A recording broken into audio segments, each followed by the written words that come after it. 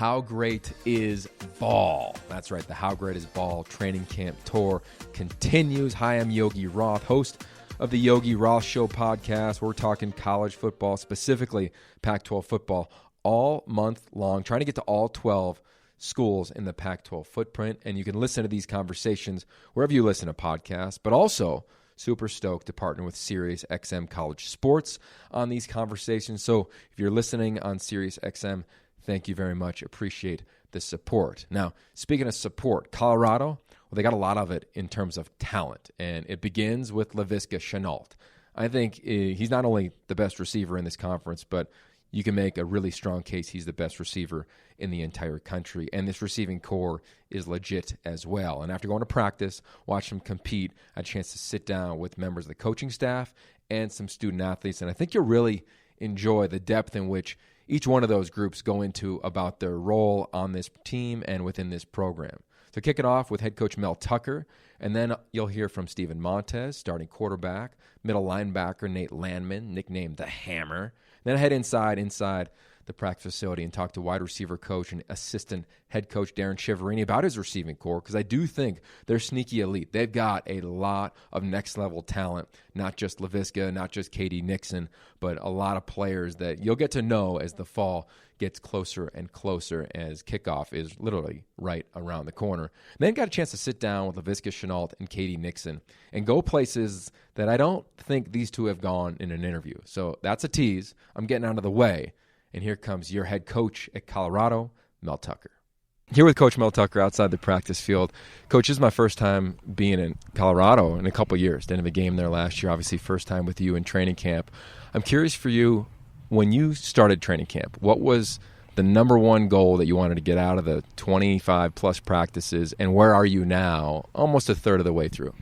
I wanted to establish a physical mindset, a strong work ethic in terms of how we practice. You know, we don't want to wait for the games. And I've told the players over and over again, my goal is for us to have practices that are more difficult than the games. And so, and we've done that so far. We've had 6 practices. They've been, once we put the pads on, they've been very physical, and I've been pleased with that so far. I see the wristbands everybody's rocking, say Relentless. Where did that come from? Why is that a huge term within this program? I've always talked about being relentless, many, many years. It has 2 components for me, high velocity, nonstop, and it goes beyond just how you play. It goes off the field, in the classroom, and film study. You're just relentless. You just never stop. You just go. It's a mindset. It's the way that we work. It's part of our culture, and our guys have bought into that and believe in it. And I can always point to any aspect of practice or anything that we're doing and say, "Is that relentless? Is that the standard? Is that what we want to be about?" And so it makes things clear, and it's something that we can hang our hats on. I feel like a lot of times, coaches, you can find the personality of your team. And if it's built around that word, relentless, has your team, or are they there yet? Obviously every day is a work in progress, but can you tell the personality of this team for the first time in camp? Well, really yesterday I really saw that an identity on offense starting to take shape and running the football. And that's what I want. I want to be physical in the trenches, be able to run the ball on our terms. And in order to be able to run the ball that way, you have to be physical, you have to be mentally tough, you have to be relentless. At every position, the wide receivers have to block, the runners have to run, guys have to block, they have to get surge. And we have that in practice offensively. Then obviously on defense, our job is first and foremost to stop the run. And that's not easy to do. And you have to be tough. You have to be physical. You have to have great technique. It has to be an attitude that we are not going to let these guys run the football. And so I'm starting to see that with this football team, the relentless attitude to be physical, to work and to push and to make each other better. It was really fun just kind of running from drill to drill in practice, tracking you guys. There's no wasted movement. It's extremely physical, whether it's receivers, DBs, O-line, D-line, backs, and the backers. we're in an era of football that's interesting right now. It's kind of in flux.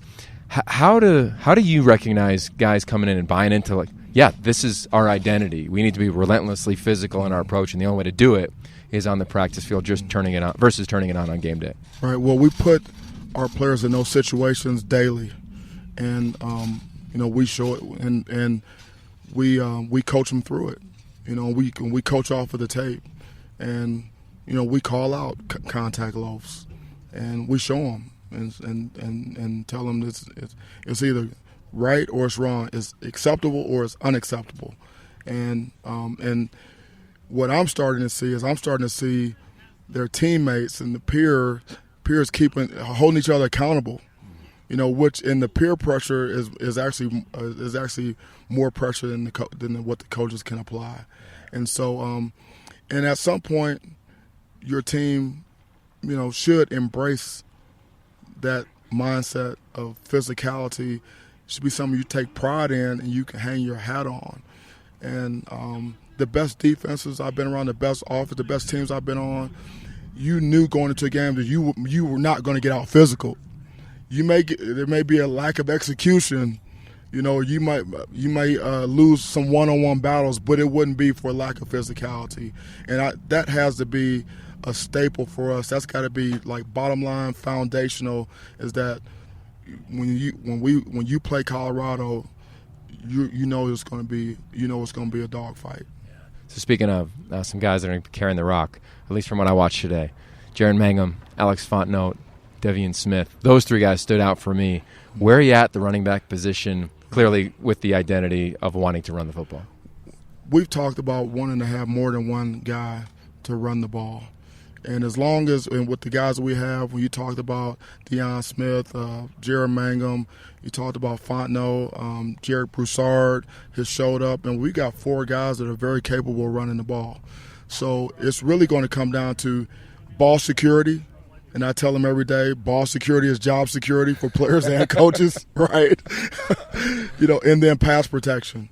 But in terms of just ability to run the ball, we've got 4 guys that I believe they can carry the ball for us. So this might be the first time somebody interviewed you and didn't start with Laviska. But I know you didn't see him in spring, right. And we talked to Media Days about the excitement of watching him compete. Right. What's it been like watching number 2, and where does he – I hate to compare players, but right. if you were to describe him as a player with all the experience you've had at every level of football, where does he rank? I was really anxious to see him perform because I had heard so many things about him and I had seen him on film. But as you know, it's different when you see guys live and in person. And he's everything that I thought he would be and more. And the reason why I say that is because he is such a physically imposing player. I mean, his physical stature. I mean, he looks like an outside linebacker. But he may be the fastest player on the field. He's extremely strong. He runs good routes. I think what separates him from some of the other talented guys that I've seen that people say are kind of freaks is that he's not a one-trick pony. He's not a guy that you're just going to use on speed sweeps, reverses, and deep balls.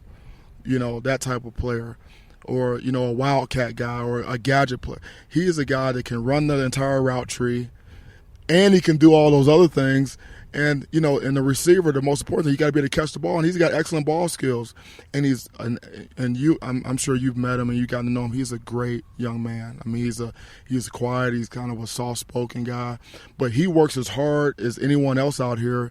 He doesn't take plays off. He hustles around, and you wouldn't know that he's, by the way he carries himself, you wouldn't know that he's maybe the most maybe the best receiver in this conference. He really just wants to be another one of the guys that just works his butt off. I love that. And that group, they clearly, compete or try to compete at the same level as him. I mean, whether it's Katie Nixon, right. Arias, who to me, I don't know, was he 6'3", 6'4"? Yeah. I mean, you've got a group. Have they exceeded expectations? Are they kind of where you want them to be? And how many should we expect to see on the field this year? Well, they're the deepest group and maybe our most talented group overall on our team right now. And Dimitri Stanley, Maurice Bell, Arias, Katie, Laviska, all those guys, Tony Brown, all those guys have consistently made plays in the spring and here in fall camp. And so I knew that was a talented group, but they're actually deeper. We have more depth and more production right now out of that group than I initially thought that we would have. And so it's a great group to have, and we like to play a lot of players on both sides of the ball. So the way we practice fast, we practice physical, we practice at a game tempo. If you can do it in practice, you can do it in the game. So if we see guys that are executing in practice and have production in practice, then those will be guys that you'll see on the field on game day. What I've enjoyed the most from getting to know you is things you do off the field, whether it's your book club or just your perspective on life, and don't know a ton of it, but I'm intrigued every time we communicate. Your quarterback, Steven Montez, probably has gone through a lot over the last 7 to 10 days or so with the unfortunate shooting, obviously, that happened in El Paso, his hometown. How do you communicate when things like that happen with specific players like him, where it impacted him, let alone your whole team, when things that we know are bigger than football happen around the world?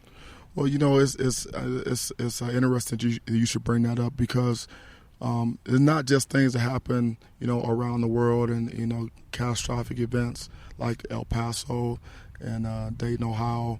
But, we have players. This is a human performance business, and we have young men at critical stages, early stages of their adulthood that have some challenges, and they pop up every day.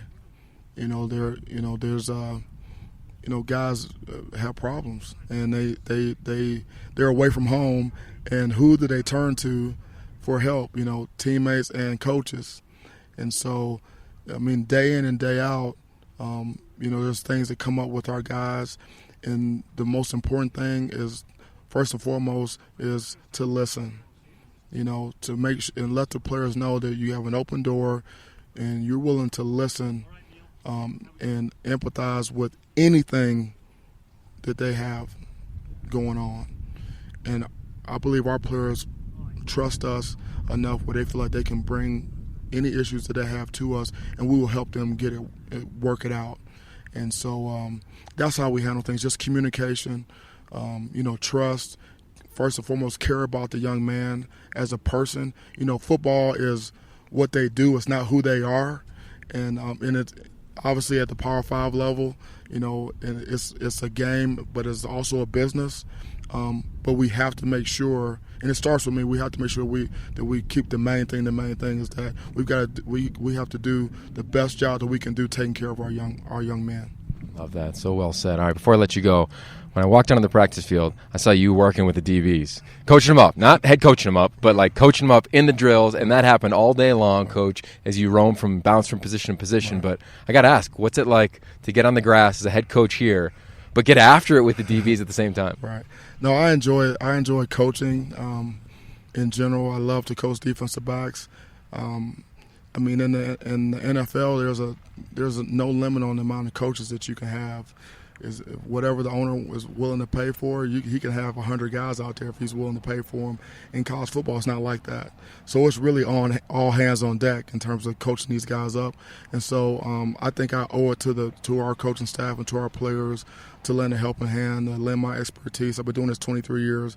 I've always coached DBs, even as a coordinator. And so I really look forward to it in the meeting room and out here on the field. Really, that's the best part of my job, was being able to roll up my sleeves and actually get out there and coach. I love it. All right, well, get out of here. Go coach them. We appreciate it. Stay healthy. Can't wait for the opener. And the Pac-12 Networks, I know we can't wait to get around your program. Awesome. Thanks again, man. Thanks for coming, buddy. You got it. All right, this is Mel Tucker. We'll be back with his quarterback, Steven Montez. The How Great Is Ball training camp tour continues. Just heard from Coach Mel Tucker. And before we get to some student athletes, I want to take a minute and talk about my partner, incredible sponsor of the Yogi Roth Show, How Great Is Ball, as we're here in Season 5, and it's Kona Red Coffee. Now, if you're like me, you love to kick off your day with a cup of coffee. And for me, it's all Kona Red all the time. So who is Kona Red if you don't know? Well, they source some of the rarest, most sought-after coffee in the world. Check them out at KonaRed.com. and they've got every type, like coffee beans, cold brewed coffee. They've got a juice called the Hawaiian Cascara juice. I think it's the best coffee on earth, and I love partnering with them because not only on this training camp tour do I need a little caffeine early in the morning, and I make sure that I pack some with me for the road, but I also believe the coffee is a catalyst to great conversation. So for me on this tour, a lot of times I'm drinking it by myself, just getting my thoughts together prior to interviewing these coaches and athletes. And for you, I think it'll kickstart your day. So check it out, KonaRed.com. If you want to buy some on the road, go to Vaughn's, Albertsons, Pavilions, Ralph's, Bristol Farms, Sprouts, and many, many more. But check it out, KonaRed.com. I'm going to get back to the conversation after I take one more swig of a cup of Kona Red. Check. Sound good? Go ahead. Sound good? You sound beautiful. You always do. Awesome. You always have. Beautiful. All right, here we are outside of practice. Steven Montez, quarterback. Appreciate the time. Not going to keep you long. Okay. But before we talk about football, because I got a lot of football questions for you. All right. How are you doing regarding your community, the shooting in El Paso? I know you've talked about that a few times, but a couple days since that's gone on. Curious your thoughts, your prayers, where your mind's at, how you've talked to people that you've grown up with. Yeah, and I mean, it's just a horrible incident. And again, sending prayers out to the families of those who are affected. I mean, the craziest part about it is that stuff doesn't happen in El Paso. And somebody drove from Dallas, I believe, all the way down to El Paso just to kill Mexicans. And I mean, that's just disgusting to me, just even thinking about that. It's just like, I just don't really know where the world's going right now. It's kind of ridiculous. But I know El Paso and the community in El Paso, I mean, they're tough, strong people. And they bind it together. And I mean, at the end of the day, El Paso's going to come out on top. How have you been able to use football? And we've always said football. I remember when I was playing, 9/11 happened. Mm-hmm. Our game got canceled. But football became this place of unification for the country. Everybody kind of felt that. For you, how's it been with your teammates and then, of course, coming out to the practice field? Yeah, I mean, I think it's been good. It's been good just not only taking my mind off it, but also the people in El Paso. They've had other representatives from El Paso like Aaron Jones, Alvin Jones, Will Hernandez. They've all kind of spoken out, myself. And I think that we just kind of give El Paso a voice just outside of El Paso, you know what I'm saying? I know a lot of other people have spoken about it as well, but we kind of just use our platform to speak for our people. All right, speaking of your people on this field, you got 104 or so other teammates. What's it been like? I mean, I've been at a bunch of your practices throughout your career. I can remember you as 17 years old. Here you are as a senior, which is crazy in and of itself, right? I can think about yesterday, Ted Robinson and I calling the game at Oregon. You come in, win the game, and the lore of you kind of kicks off. And now you got a new coaching staff. You got another coordinator. I believe it's your third in your career here. Overall, vibe of the offense, and you in particular as the quarterback with the new staff? I like it a lot. I think we're doing a lot of good things. I think we still have a lot of room to improve and just a lot of learning to do. I think a lot of it kind of still feels relatively new. But, I mean, it feels good. I'm starting to get comfortable in it. But hopefully with these next 20 or so practices or 19 or so practices, whatever we got, we'll get a lot more comfortable with it and hopefully execute it at a high level come August 30th. Okay, so I want to learn about your approach to the craft. I always think it's fun to talk to seniors about, there's this natural sense of urgency when it's over. Mm-hmm. Like this is to be the last time in, practice 6 or 7 for you guys? This is the last practice 6 or 7 of your life at Colorado in a training camp. Yeah. Everything you do this year will be your final one. So how has your approach to the craft changed, altered, or improved here in your final season? Well, I mean, when you first show up, you kind of just feel like you got all this time, and that 5 years is just almost an eternity, And then these 5 years kind of just blur by you, and you're just sitting here your senior year, and you're just like, man, I only got a year left, and just like you said, I only got one more of everything, one more summer, I already passed my last summer, I already passed my last spring. I mean, I'm going through the last first, second, third days of fall camp, and just kind of just trying to go in and just do everything I possibly can just to get better and just to improve and hopefully not leave any questions that I did everything that I could to put us in the best position to win games. I think that's just kind of what I think about, especially with the career that I've had here at Colorado. I mean, I don't want to have any ifs. I don't want to have any, well, if I would have done this harder, if I would have studied more at this, I just want to just give it my all and just kind of try to put us in a good situation to succeed. Do you feel as though that commitment to the craft has rubbed off on your teammates? I think it has, and I think a lot of guys kind of have that mentality. Even some of the younger guys are coming in with that mentality of, they want to win now. They came here to win, and that's the expectation that Coach Tuck set, and that's why they came here. So people are excited about it, and people are working really hard, extremely hard. Final one before we get you out of here. A couple years ago, you guys were picked 6th in the South, and you went to the Pac-12 title. Similarly, it's preseason pick this year. Do you guys talk about that, or are you just kind of like, whatever, let's just go do our thing? Man, all these preseason picks don't even matter. None of them matter, because if you go out and who's picked number 1 right now? Utah. If Utah goes out and loses however many 8 Pac-12 games, and they'll be last in the pack, and it'll all shake itself out in the fall. It really doesn't matter what preseason picks are, because it's really in our hands on what we do and how we improve and just kind of change people's expectations of our team. It's really up to us. It's not really up to the predictions.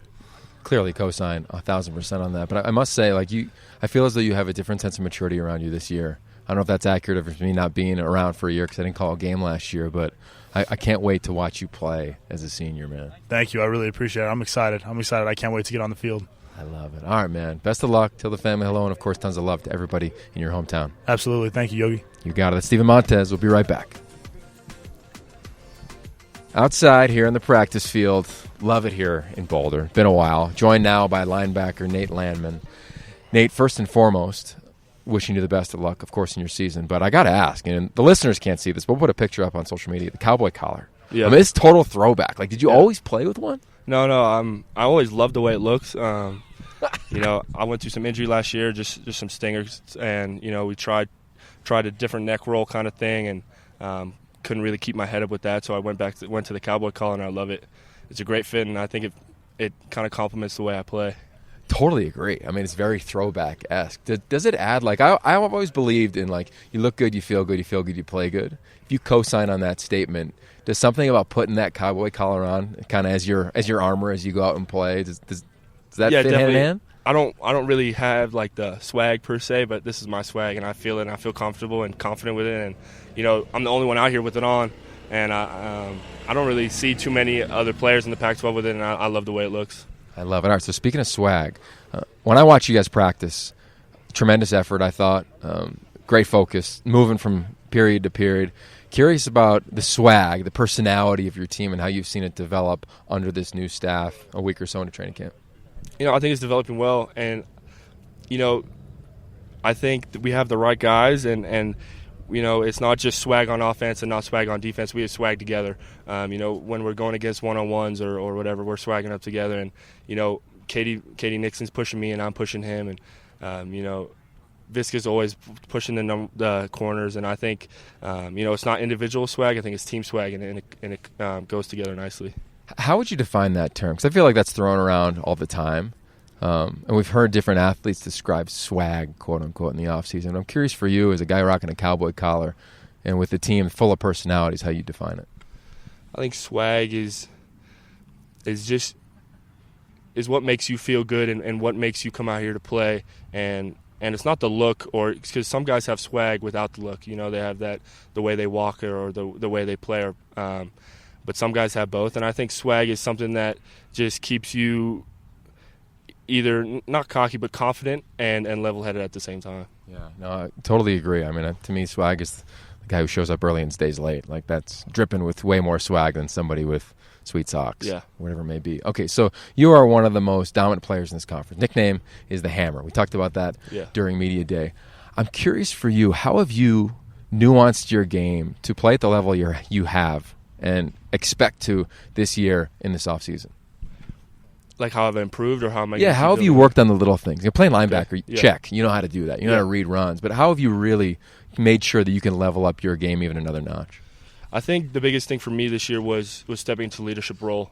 And because last year I was a young player, looking up to Rick, kind of just knowing what I needed to do to help my team, and not knowing how the whole defense worked or what the safeties or corners were doing. And I think now studying more and learning how offenses work and how the defense works together, stepping into that leadership role, and not only understanding what I need to do, but what the defensive line is doing and the secondary behind me, and allows me kind of to instead of have tunnel vision to my job to open my eyes and see how it all works together. What was the vision that you had for yourself when you showed up here? You know, I think all high school kids want to come play and be a true freshman, and that was one of my big visions. I wanted to be a great linebacker and, you know, be someone that my hometown can look up to.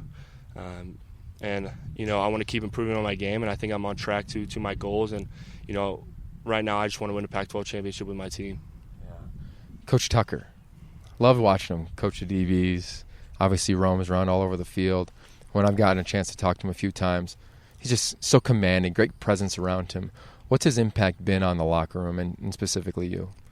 I think he's gotten everybody to buy in, and, you know, he's a relatable guy, and I always describe him as silently intense, just because he's a man of few words around me and around the team, and you know, he gets his point across without having to lay on the extra words or anything.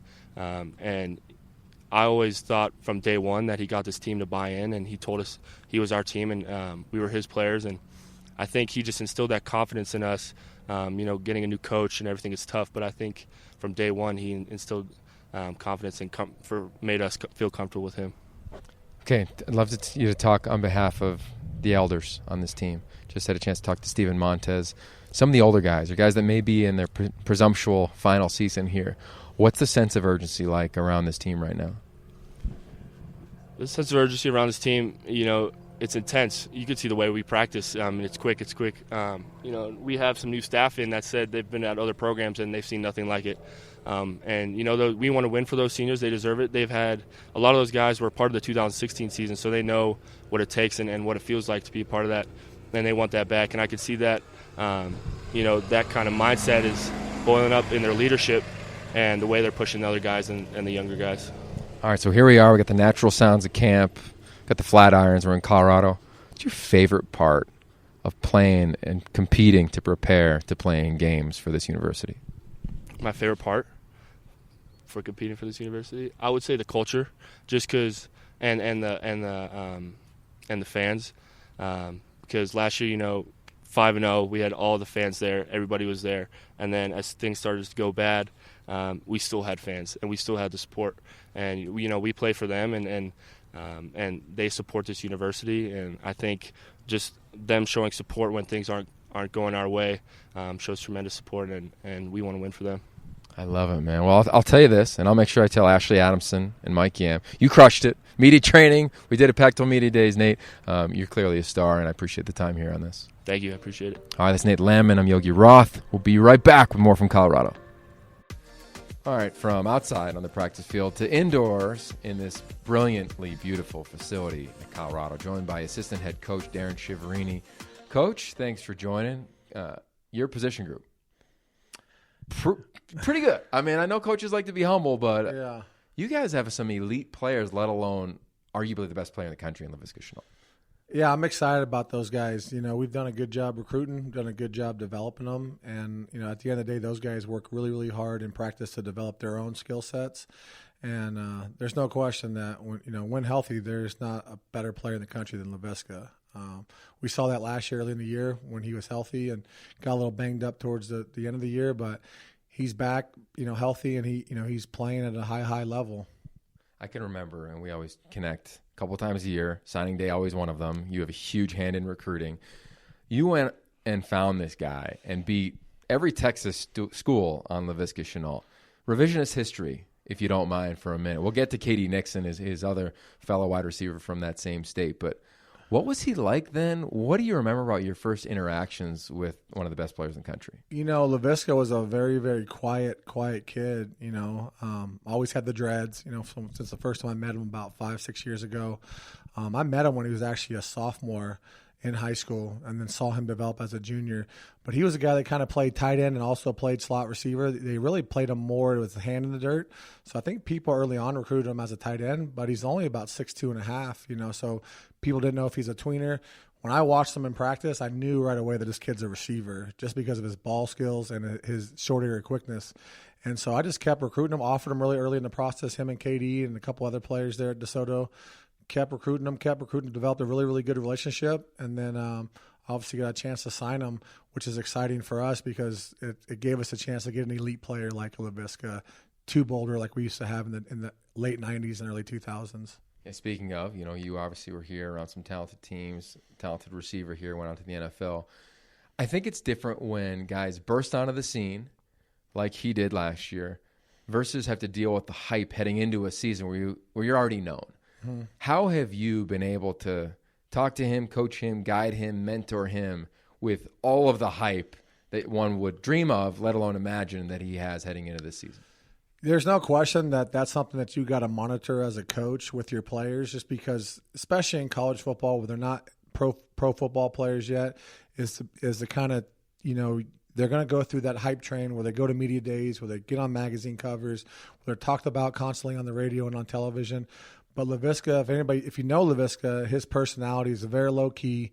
He doesn't buy into the hype. He still works hard. He works hard in the weight room. And the thing I talk to him about is just focus on the things that you can control. You can't control, what the media is saying about you. You can't control anything else but what you are doing. And if you do that consistently, you will play at a high level. Yeah, I think we'd all agree that. He even went to, sometimes players that are projected to get drafted, they go to a meeting in the offseason with some of the, non-seniors that are draft eligible. And then he was the only receiver also that went to the Manning Academy.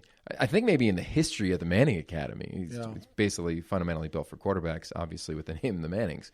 What have those two experiences in your eyes done for him as we were about a week into training camp? It was funny when he went to the Manning camp because he thought he was just going to go there and kind of hang out and then just talk to some people.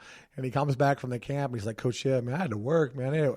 I was up at 7, had to work till 8 o'clock at night, man. I was like, I'm tired, man. So looking back on it, he's like, man, I just wish I would have stayed home. But he enjoyed going there. He enjoyed interacting with the other quarterbacks around the country, interacting with the Mannings. And obviously it's a prestigious honor to be the only receiver invited to that camp. And, knowing Laviska, he takes it with a grain of salt. He's just going to keep working and be who he is, And how about the draft talk? To be talked about in the draft is one thing, but to go to like a symposium on potentially being drafted early, I imagine is something else. Yeah, he's definitely excited. I try to educate him because I played pro football. I was a drafted receiver out of Colorado. I try to educate him on the process of getting to that point. I said all the hype is cool, projections are cool, but at the end of the day, you're going to be graded and evaluated off your film this year, and you have to understand that as a player and focus yourself mentally each and every day. You step into meetings and come on the practice field to play at a high level, so you can transition that to game day. And I think he's listening. When I talk to him about that, I talk to him about the process of getting to that point. He's listening and he's working hard, and I'm excited. I mean, that kid is as talented as anybody I've ever had, and the sky's the limit for that kid. So I'm just excited to watch Laviska healthy again and see him on Saturdays doing what he does. Had a chance to talk to Coach Tucker earlier about what he does for the group, how he elevates them. You're intimate with that group, meetings, individual drill, obviously practice, et cetera, et cetera. K.D. Nixon is the household name among that group of receivers. But I watched it and I said, whoa, who's this Daniel Arias guy? No. Who's this? Oh, the transfer from Texas Tech? Oh, yeah, I vaguely remember him. I mean, guys are making plays. Oh, yeah. Can you speak on your group and how they've elevated to the level that number 2 has set the bar at? There's no question that it's an overall talented group as a whole. I mean, you go from 1s to 2s to the 3s, even the true freshmen, they're very talented. Daniel Arias is a guy that I recruited out of Seattle. He was a kid that I watched film on early his junior year, and I was just really, really amazed at how long he was and how fast he was. And it's hard to find 6'4" guys that can run like that. I mean, the kid won the 100 meters and 200 meters in the state of Washington championship his senior year in high school. And, I was just hoping I can get him away from Washington, which I was able to do. And, his development, he was really raw when he got here. But if you watch him in practice, as you did, Yogi, he's really, really starting to develop his intermediate route running. And he can run by anybody in the conference. I mean, he's got that kind of speed. And so you're seeing his game going from a raw receiver to more of a polished receiver, understanding coverage, understanding route concepts, and he's got good ball skills. Then you got Dimitri Stanley, who was a kid that played 4 games for us last year, and we redshirted him. And he's a redshirt freshman and might have a chance to start for us in the slot. I mean, he's that dynamic. He's got excellent ball skills. His dad, Walter, played in the NFL, played at Colorado. And then you got a guy like Tony Brown, who I recruited at Texas Tech, signed him at Tech. When I got the job here as the OC, he wasn't happy, wanted to transfer. Cliff called me and said, "Hey, Chev, you want Tony?" I said, "Yeah, I want him." And so he transferred, redshirted, and then had caught 30 balls last year. And then you see him out there. He's been our most consistent receiver through spring and fall camp, and consistently beats guys deep, knows what he's doing, makes plays. Then you got Jalen Jackson in the slot, who is also another kid from Dallas that recruited. And, the list goes on and on. We got a really talented group of guys that are pushing because they see what Visca did last year, and Visca's set the bar. But KD is also a guy that works hard and has aspirations of the next level, and he's talented enough to do it. How about that duo? We hear about duos all the time, like Steph Curry, Clay. You don't really always hear about a duo that's that tight at wide receiver. Sometimes quarterback, receiver, or other schools in this conference have quarterback, running back, receiver. Right. What are those two guys like in terms of having a bond, which starkly different personalities, at least from the outside? Yeah, they're day and night. There's Katie's obviously more of an alpha vocal, and Laviska's more of a quiet alpha where he's not going to say much, but he's going to go out there and show you what kind of guy he is. And KD and Laviska, they go back to junior high school. They went to the same junior high school together. So I've known those kids for a long time, and they're like brothers. I mean, they interact as brothers. They talk to each other like they're brothers. I mean, it's impressive to see their relationship, and then also getting the younger Shenault Vontae here, number 5, who the sky's the limit for that kid too. I mean, he's got a ton of ability. I love the way he works, excellent ball skills, and I can see him developing into a next level receiver as well. So it's a fun group. I mean, it's fun. That's why recruiting is so important. People always want to know, well, why do you win? Why do you lose? Yeah, X's and O's are important, but at the end of the day, it's the guys that have the horses that win consistently up front, on the edge, in the backfield, on offense, on defense, special teams. You got to have a core group of 40 to 50 guys at this level that can play. And if you do, you're going to win more games than you lose. All right, before I cut you loose here, you're one of a few holdovers from previous staff. Mm-hmm. Not comparing anything, but as the page got turned, what's different about this program a week and a half or so into training camp? The thing that I really, really respect about Coach Tucker is just his confidence in who he is as a coach. I mean, he's a first-time head coach at this level, and he was an interim guy at the NFL level. But just watching the way he works, watching the way he interacts with the players, he's very, very confident in who he is as a coach, and the players can feed off that. And I see it as a coach. I see it as a former player myself. I watch the way he interacts with our players. I watch the way he interacts with the coaches. And you know what you're going to get from Coach Tucker. You're going to get someone that is aggressive. You're going to get someone that's relentless in the way he pursues practice and pursues the physicality of what we do, but he's fair. And as a player or a coach, I can totally deal with that.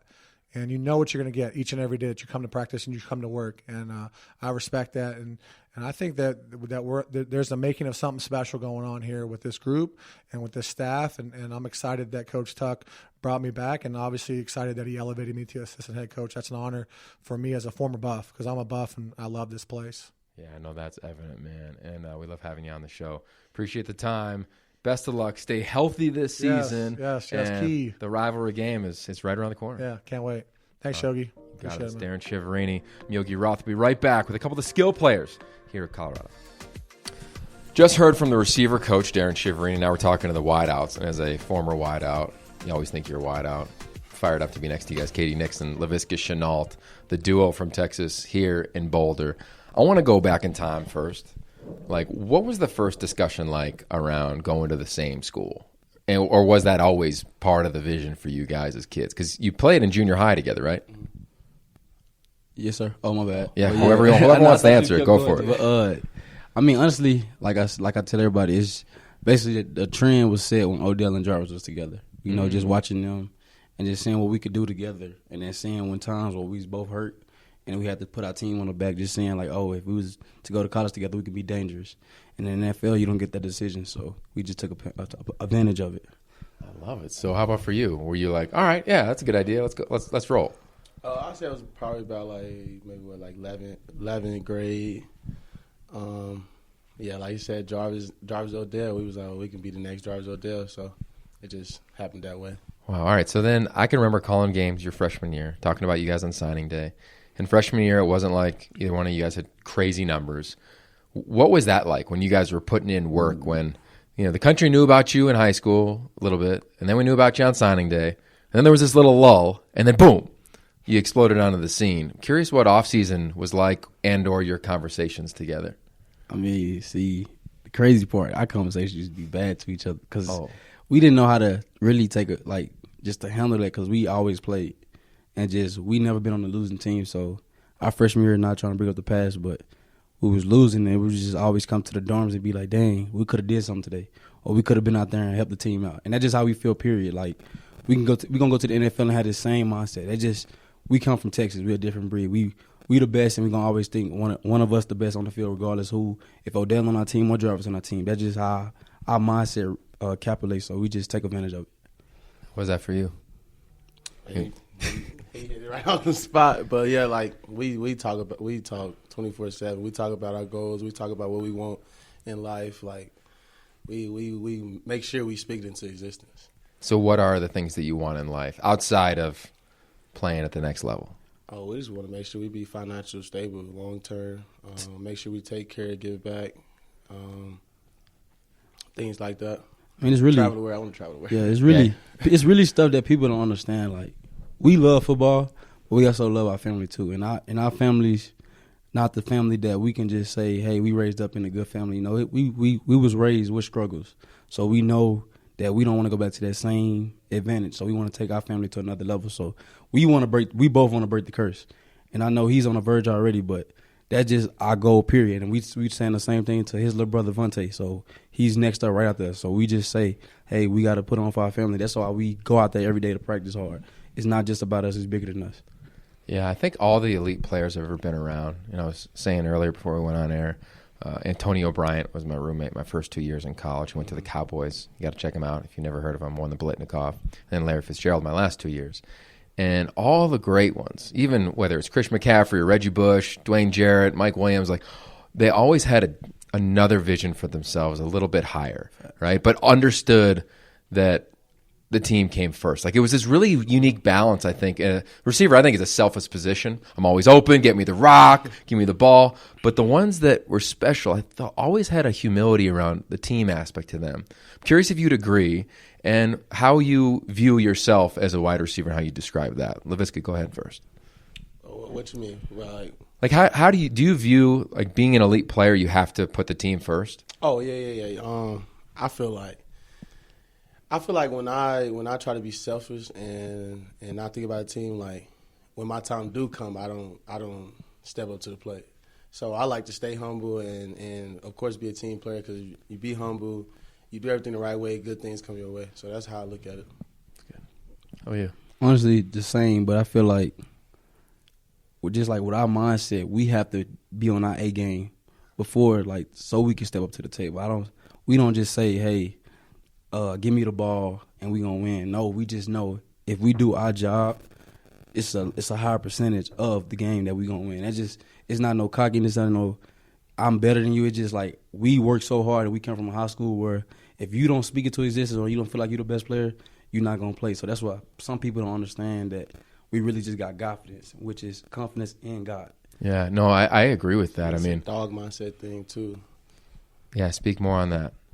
Gotta have a dog mindset. That mindset that can't nobody stop you. You're not gonna give up on this play. You're just not gonna stop. Like you're gonna give all you got. So you gotta have that dog mindset. Honestly, the plays y'all see us make, this is not trying to be funny. We tell each other before we gonna do it. Like we literally say, "Hey, I'm about to beat this dude," and it's not nothing bad against the DB. The DB can be the best DB in the world.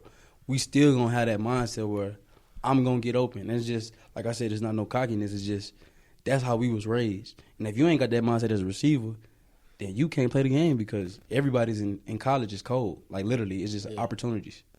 Facts. Yeah, I agree. I can remember being in college, and I referenced Larry, who I think he's first ballot Hall of Famer, right? Oh yeah.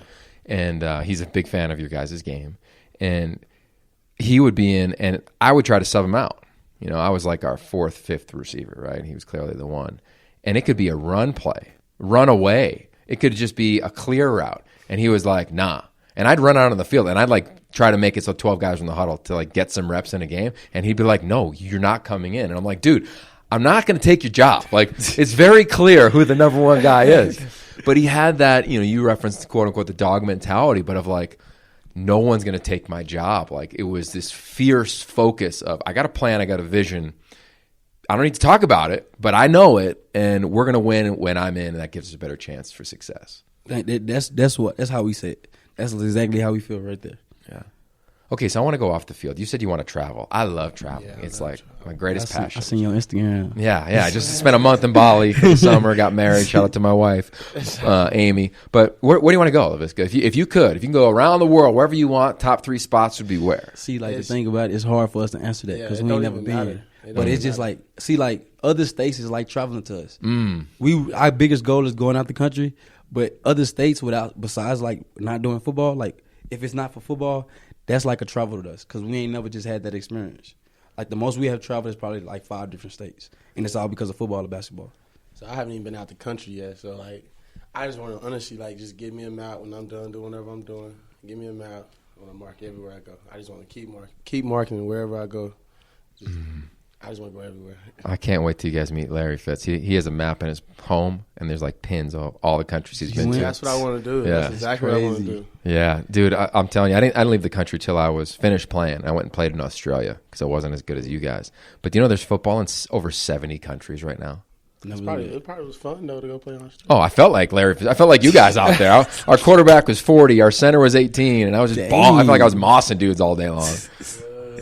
But I think football can do that. So I'd be curious for you guys. Like, do you look at football as, of course, it's a way to get an education. You're doing that to build a brand and a story and an institution like this one, which is incredible with the history. But do you look at it as like football's a way for you to unlock doors or planes around the world and utilizing the game to help you out, or you just see it as a game to get you to financial freedom to take care of your families? I feel like we look at it as a way to get us out. Get us out so we can provide for the family, provide anything we need, do anything we need, and also to get resources. When you play football, you get a lot of resources. So picking up on that, I feel like football give us a voice. It also give us, like you said, a way out. But people think it's a way out like just for the money. No, it's like we want to be both producers. I want to be an actor also. So we already claimed it. And just like you said, like, football can open that door because there's so many people that watch football and watch these type of interviews and podcasts where they can say, oh, I heard your podcast where you said this, or I watched your interview where you said you want to be a movie or actor. So it's crazy because, like, people don't see that we have a way bigger vision. Like, we already plan 5 years ahead already. People don't know that. Like, yes, we about to, into the draft, go get drafted soon whenever God says time. But at the same time, we know right after the draft, we got opportunities to brand ourselves. Like, we were doing that heavily right now. I told you I read the book, Athletes Are Brands Too. Yep. That's one of the best books I read. Mm-hmm. And reading that book, it helps me build my brand. It helps me say that football, let me use football for myself and not just let football use me. Because at the end of the day, football is going to end one day.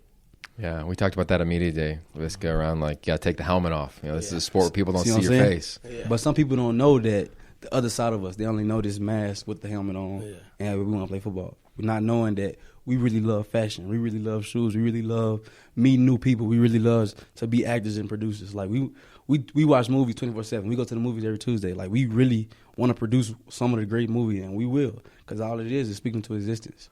I love that.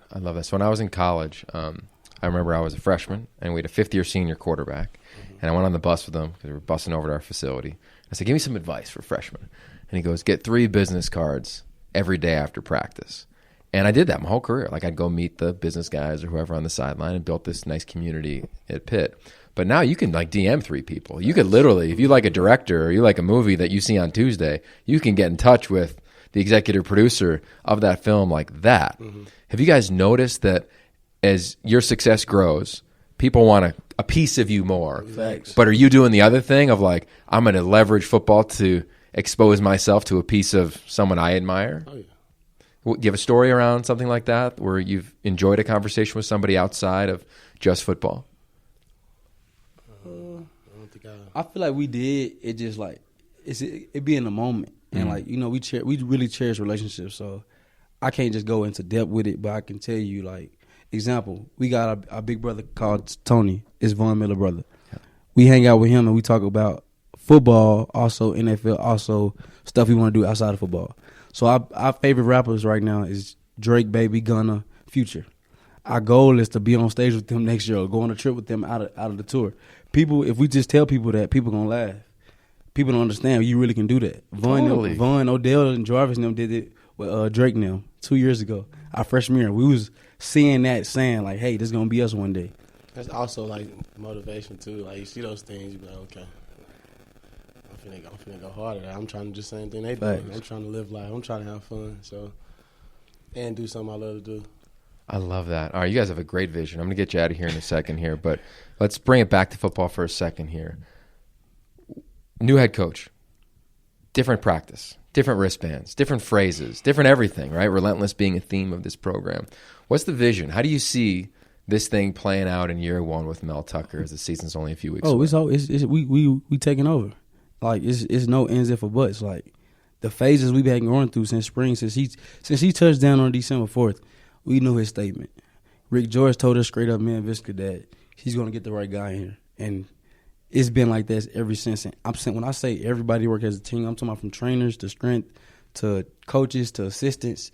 I'm talking about we doing stuff like you would be like, pros don't even do this. So it's just crazy how his little expectation and him being able to relate to us players, 'cause that's what it's all about. You being able to relate so a player can be comfortable playing with you. I could have a coach on my team and still go hard, still bust my butt, but then I could still go home and say, dang, I don't think Coach, recognizing me. I don't think Coach messing with me. See, Coach Tucker not like that. He's the same guy every day. You know what you're going to get out of every coach. You're going to get 110%. And nobody's perfect, but everybody's getting yelled at. You see what I'm saying? So it's no favoritism. It's no, oh, you drop a ball, F you. It's all love, like, catch the next one. So it's just so good to have a coach that just straight on with you and just love on you, like just show you that, hey, you my son right now, and after practice, you're still gonna be my son. Mm. Yeah, the vision's something crazy. My vision, I see a lot of greatness, and especially with Coach Tuck coming in, he's making sure that we giving 110% effort in every practice, every play, making sure the coach is doing the same exact thing, and make sure everybody just have that bond. That bond I feel like would help us win games. Also, when he came in, he preached the relentless effort. You got to have the dog mindset we was talking about, and he's making sure he's establishing that every day, every practice, anytime we see him.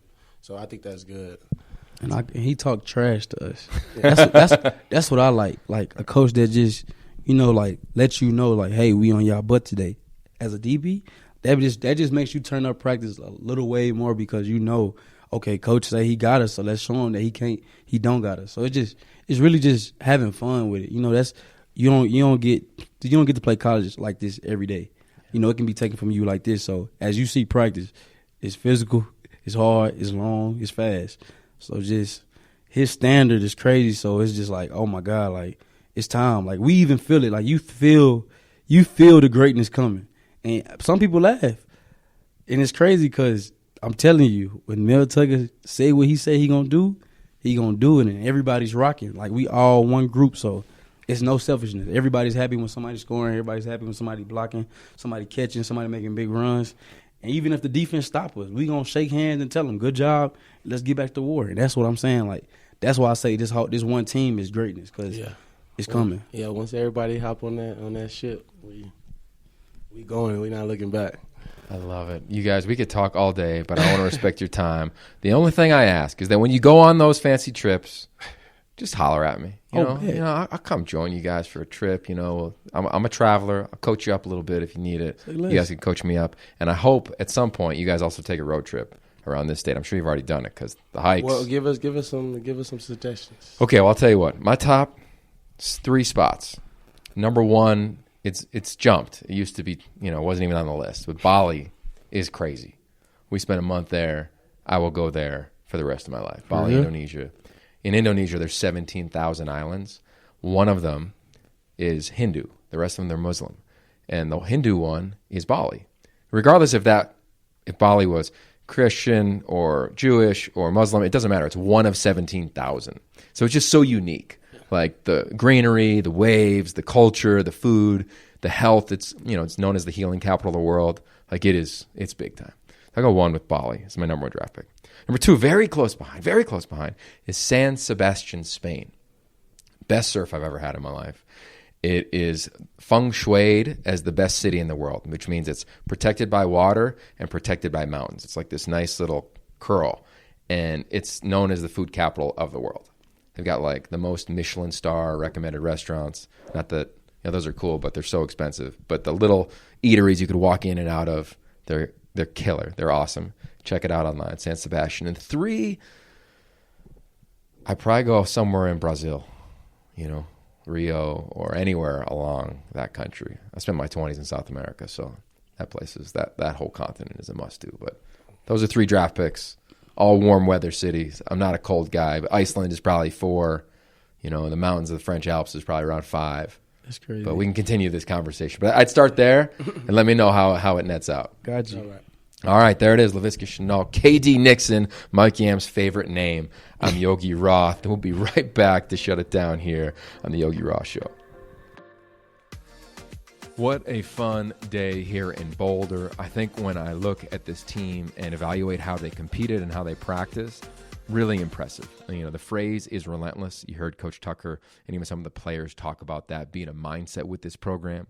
They're going to be a physical team, and I think they're going to out-effort sometimes some opponents that don't show up this year, and I think they'll be able to steal a win or 2 just based on that alone, the way that they practice, the mentality of this team, the mentality of the program. So big fan of where this is going under Mel Tucker, and big fan of the interviews, talking to those players. You've got Steven Montez. He's seen everything, right? Engineered one of the greatest wins in program history. Had a chance to call that one with my partner Ted Robinson on the Pac-12 Networks. It seemed like yesterday, but it was really years ago. He's a redshirt freshman, and they win in Autzen in an epic style. And now here he is, his final year. The sense of urgency that he talked about is real, and I can't wait to watch him respond with one of the most gifted receiving cores in the country. So they're going to move the football, and then defensively, it's going to be fun to watch Nate Landman lead this defensive unit. Mel Tucker, a defensive-minded head coach, and as he kind of joked about, but is also serious, able to put his fingerprints all over this defense, literally, figuratively, and it's going to be fun to watch and track this team.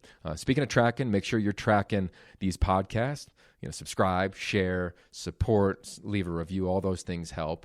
And also check out the How Great Is Ball newsletter. You can just go to yogiroth.com, where every week I'm going to try to give you insight around Pac-12, around the country, major college football, just different stories, different insights that I'm gaining from the road, different trends, different thoughts, different things that I think are happening in this brilliantly beautiful game, which we all love, which is college football. All right, I'm out of here. You know the phrase, how great is ball? I'm hopping on a plane, and the How Great Is Ball training camp tour continues.